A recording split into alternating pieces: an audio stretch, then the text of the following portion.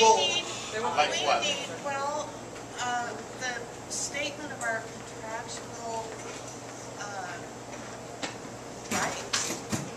What are our rights? I mean, under what we're talking about here, you'd like to... Under reconstitution. We would like... They've actually done it differently in every school so far. What is going on in writing?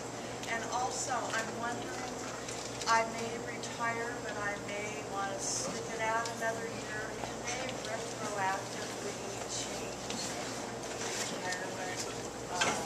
Still got you, Beverly. She's asking if this affects retirement. Not in any way. As far as what we're talking about here being written down, maybe someone's taking notes. I mean, we don't have this written down. I'm a full-time teacher. Claire can put some of this stuff in writing. It's some of it's in the contract, most of it's in the contract, some of it's in the ed code about what kind of rights you have. What about the possibility that you can't find a job you want and they stick you in a school as a permanent sub every day? Okay, let's look at that. What I do is I teach world history. I dress in costumes and armor for 3/4 of the year. I was threatened by my principal with being placed at a middle school. And I said, bonus, I get to dress every day. And so that was changed to, you're going to be a sub. Bonus, I don't have to do lesson plans. I don't have to do squat except show up and drink coffee. And, do crowd control. So you're going to get these threats. And you have to just turn those threats on their heads and, oh, you're going to take this from me? It doesn't matter, take it. We're not going to, we're talking about the threat, but we're not up here to say you will definitely get hired in a position you like. It may take a year. Some of you may end up long-term subs. That may happen, but nobody at Fremont ended up long-term subs, and that was 140 teachers. I think this year we're probably going to we're dealing with about 300 middle school. We're the only high school here, so there's lots of high school jobs out there. He's had a question for a long time. Yeah, I guess you partially answered it, but one of the rumors that's been going around this week is that if people don't get hired anywhere, they're just going to get paid to not teach. It sounds like... Bummer. What? Bummer. No, I mean, could that happen, or are they more likely to make you a permanent sub, or... Yeah. But you'll get your regular salary. Okay, well... The first school, that's a good question. The first school that this happened to was Locke, where they had over 100 teachers to find jobs for. There were teachers that sat home for 2 or 3 months before the district figured out that they were getting paid for watching the stories. And then they finally turned them into pool subs at schools. With Fremont, they were much more diligent about that. I don't think I got calls from more than 2 or 3 people who didn't get a job within the first week of when school started in September. So there were, and maybe Dennis is a pool sub, and that's about it. Pretty much. He was a health teacher, and he would go in and do interviews really badly. He wanted to be a pool sub. He didn't want to be hired. We all know the situation with health anyway, don't we? Right? Yeah. Not a whole lot of jobs out there, so now he's retiring this year, so he kind of gamed it, as it were. But the thing is, you are going to get the rumors that are going to go around. Oh, boy. But you have to look at that as that's part of the game. We were being told we had to reapply. Well, first of all, we were told December 9th, 2009, you all suck. All right? You're horrible teachers. You are the problem. You have to get out. Within like a week, you all have to reapply for your jobs. We suck. Yes, but you have to all reapply for your jobs because most of you are going to get your jobs back. They didn't tell us until, was it early March, we found out by accident that they were going to get rid of half of us. So Don't expect honesty. Do we have to reapply? No. Oh, okay. Reapply where? Here, do we have to reapply here? No. And at some point we need to talk about your strategy here once we try to answer some of these nuts and bolts questions about being Get past the displaced. war story Okay, stage. let me just say one thing, and we got 1 and 2, and we'll get to the questions. Sorry. They're because of the number of people being reconstituted. Okay, I don't know what the exact number is, but it's at least 300 people. Okay, are there going to be jobs for that number of people? Probably, yes. But the idea here that some people are putting out is that there's going to be so many people at home, as it were, receiving a paycheck. The LA Times is going to do a story about all these lazy teachers who couldn't get placed. There must be something wrong with them, etc. And if this district continues with this reconstitution nonsense, which I don't think they will, because this summer No Child Left Behind is going to get revamped, and I really don't think reconstitution is going to be part of it, even though the trend in this country is much more conservative. We all know the Democrats are on board with a lot of this stuff anyway. So the worry is this. In places like Washington, D.C. and New York, if you're a displaced teacher and you don't find a job, you don't get placed within 9 months, you are terminated from the district. We don't have that in Los Angeles. You are with this district whether you get placed in a job or a long-term sub or not. Does that make sense? Yeah. So there is this rumor going around that this huge pool of teachers is being built up that won't be able to get placed at schools. We're a long ways from that kind of situation, and the bad publicity. It's a mind game. Yeah, and they might, they'll try to blame that on us, I guess, but really the blame goes on the district, of course, for, the madness. I may be guilty of spreading that rumor because, it's just a scenario that Yeah. I'm looking at. Well, we know Scanlon, right? No, just kidding. I think a lot of us are afraid of the rules being Yeah. changed in the middle of the game. Yeah, that's The rules being changed, what was rules for them will be changed, different rules for us. Right, I think that's part of our fear. right. Okay, again, I understand what you're saying. I think this time with new union leadership and Steve, who by the way, Steve and Lori's out of town, and Phil and a lot of you people have just worked so hard over the last few years, the Scanlon long-term chapter chair, doing a hell of a job for you guys. Are they going to change the rules? Well, with a new UTLA leadership coming in, I'm really heartened that you guys are going to get this kind of support that we didn't get as far as enforcing some of these displacement rules, that displaced teachers have to be placed before anybody can transfer, that you do get the right to refuse your first position, that they won't send you out to Saugus to teach, or you live in the valley and they send you to San Pedro.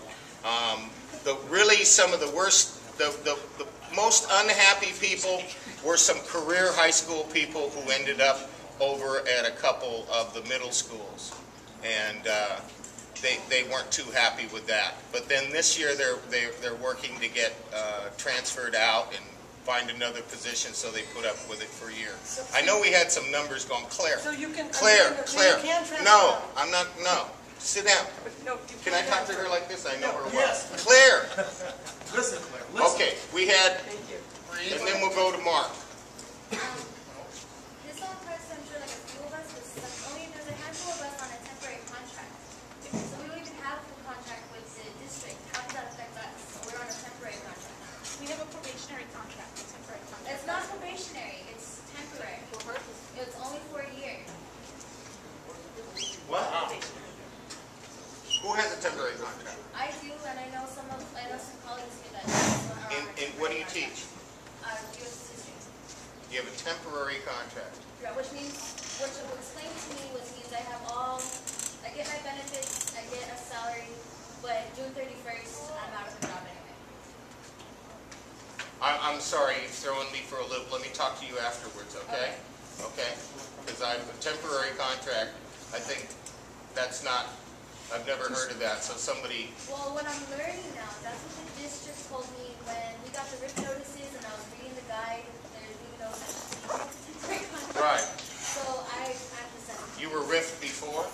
Well, yeah, I got a RIF This, right now? this year. Yeah, Right this now. year I got a RIF. Okay. And then this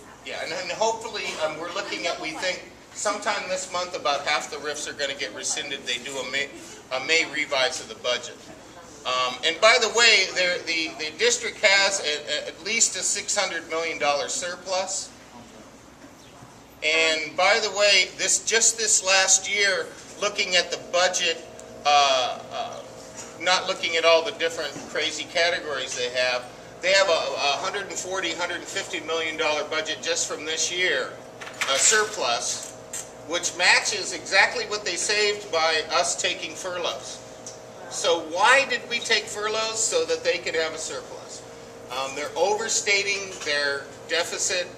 I'm hoping that UTLA is in constant negotiations with them.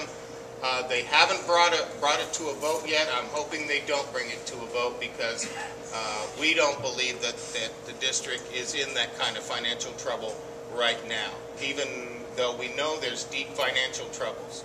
Number one, the administrator to teacher ratio in this district is still 1 to 8, and it's been 1 to 8 for the last 6 years. Did you guys think that administrators lost their jobs? Did you see the administrators get cut around here? No. Budgets got cut. Budgets got cut. District 6 budget got cut by 50%, but nobody lost their job. We got more administrators. I mean, I can't believe the amount of, anyway, so. Who was next? Mark? I'm sorry, Mark. My biggest fear is that there's some neighborhoods I would not want to teach in. And you say that we can refuse one, but if the second one they say this is what we're offering you, you can accept it or you can quit. We're not firing you because you're just. Are we? If they put us. That's the worst aspect of all of this. I'm thinking of Gary. Gary had to go on stress leave. They sent him over to Drew, and they treated Drew as a hellhole. I mean, Gage Middle School makes Drew look. I mean, Drew makes Gage look like Harvard. It's really rough over at Drew. And yes, I don't have that can happen. That can happen. And Gary right now took a stress leave for a while, and he's been out interviewing, and he seems pretty confident that he's got another place to go to this year. So he suffered through Drew 1 year, and but they can force us to accept. Yes. There's something else here that you need to also think about as far as you're talking about doing small schools, right? That's what we got, right? And that means each group is, in theory, we're actually discouraged from cooperating with the other schools on campus. You know, there was this can't. Well, you have the different administrators coming in, and they are each running it with their own style. One of the administrators over there, she has people staying late pretty much every day. You know, you can see there's going to be very broad differences.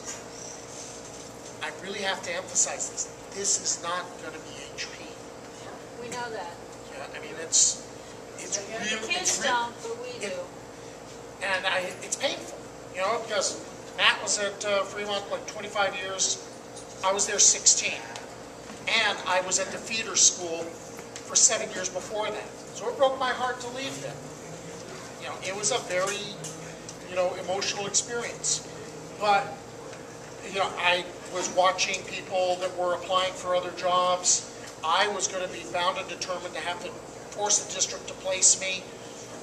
And eventually, I ended up with, at least an interview. But, yeah, I would really recommend get out. It will hurt, but get out.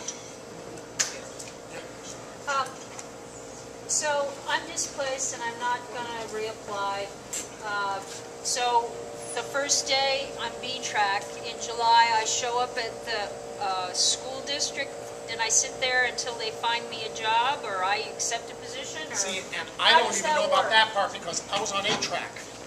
So for me it was sort of vacation, but it didn't feel like vacation because I didn't know where I was gonna be or what was gonna happen. Well, do I just show up at the school district office? And I think Matt would know this part. okay. Yeah, like, What I did, because I was on B-Track at Garfield, and they said don't bother replying because most schools are not year-round anymore. And so I was shooting my paycheck.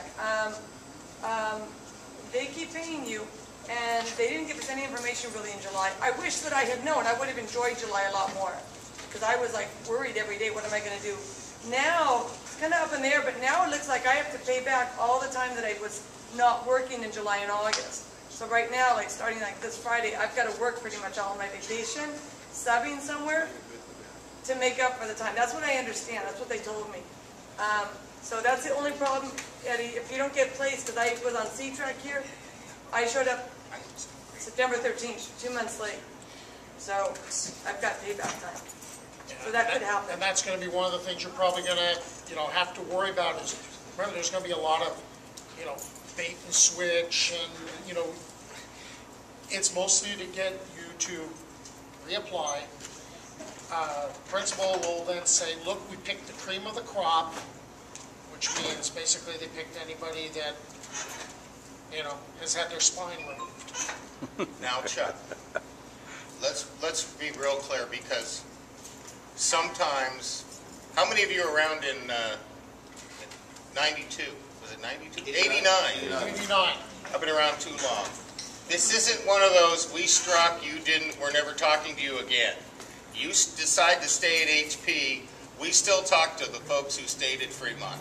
There are more than a few people that we have great respect for as educators and people that we still talk to. And they, for whatever reasons, stayed. And what the research says in reconstitutions, it hasn't happened much in Los Angeles at all, but across this country, it takes at least 4 years to rebuild a school back to where it was, to get the cohesion again with teachers and administration. You guys do know you're getting a completely new administration. Okay, you're getting a completely new administration. No administrator here is coming back. Okay, was Al at school today? Yeah, he was. Okay, because he phoned in sick yesterday.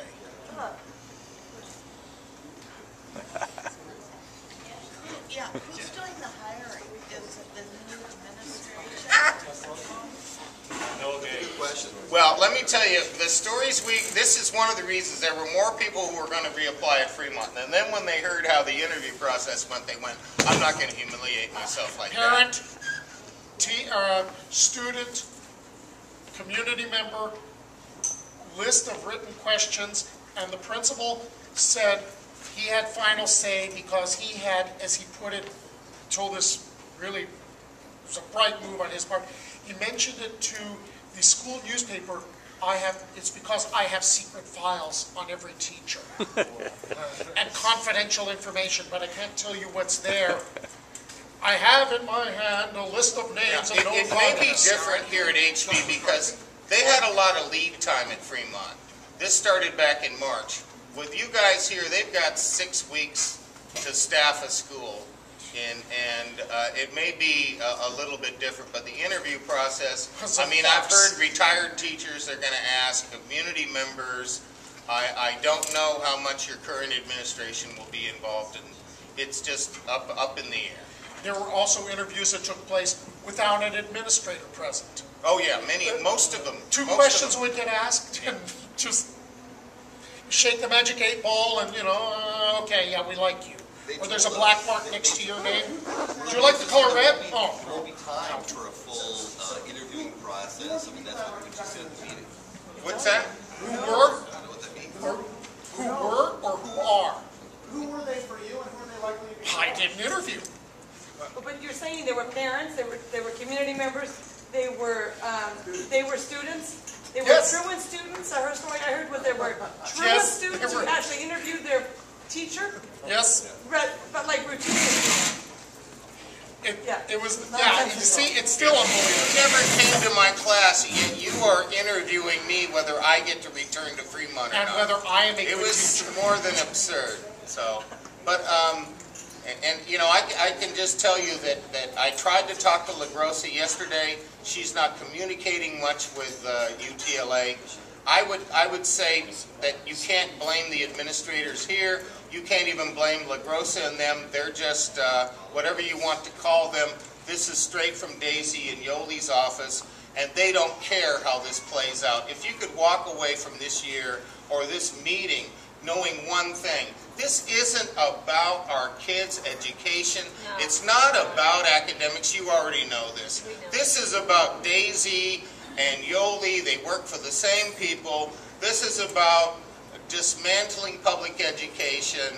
This is about deprofessionalizing teaching. They want to turn this into a job that pays 35, 40 grand a year at the most with no benefits. I mean, this is what's going on. You guys are ground zero of this fight, and thank you for if nobody else's thank you, let me thank you for everything you've done for each other and for the students at HP. Like Steve and I were talking on the phone the other night, and he says, you know, it really is a great school. And I was like, you don't need to tell me. I know it's a great school. I've been coming over here for 20 years. We know all these schools are good schools, even the ones that are dysfunctional. And you know, like one of the teachers that Elizabeth said to me today, well, isn't HP's scores the lowest in the district? No, not even close. But the rumors go out. They said it all about freedom. Yeah. Well, we were also plagued with violence. They filmed the one riot that I ever saw in 16 years, and they kept bringing that up, including when Fremont reopened July 6th. We had a riot, 10 kids fought another 10 kids at the same time. And you know how when they have a fight that size, every kid in the school, fight! Let me go watch! You know, that was the riot. And yet we were the violence-plagued school, and they, you know, drug that out regularly. I'm sorry if our sense of humor is that we're just trying to pump you guys up a little bit. This isn't the end of the world. I needed to leave here pretty soon. And I wanted to ask you guys if we've answered most of your questions, and we're going to try to get some of this stuff out in writing with Claire's help. But I didn't want to leave without addressing what Mark was talking about. And you guys should be doing this yourself, or we can release some people I can hang out for a while to talk about what kind of fight back or what you guys want to do at this point. As much as you can stick together, and we certainly understand how difficult it is to stick together, what the morale's like, we lived it last year. We know how tough it can be the next 6 weeks. But what do you want to do from here on out? Do you want to talk about that now, or talk about it at another meeting? Or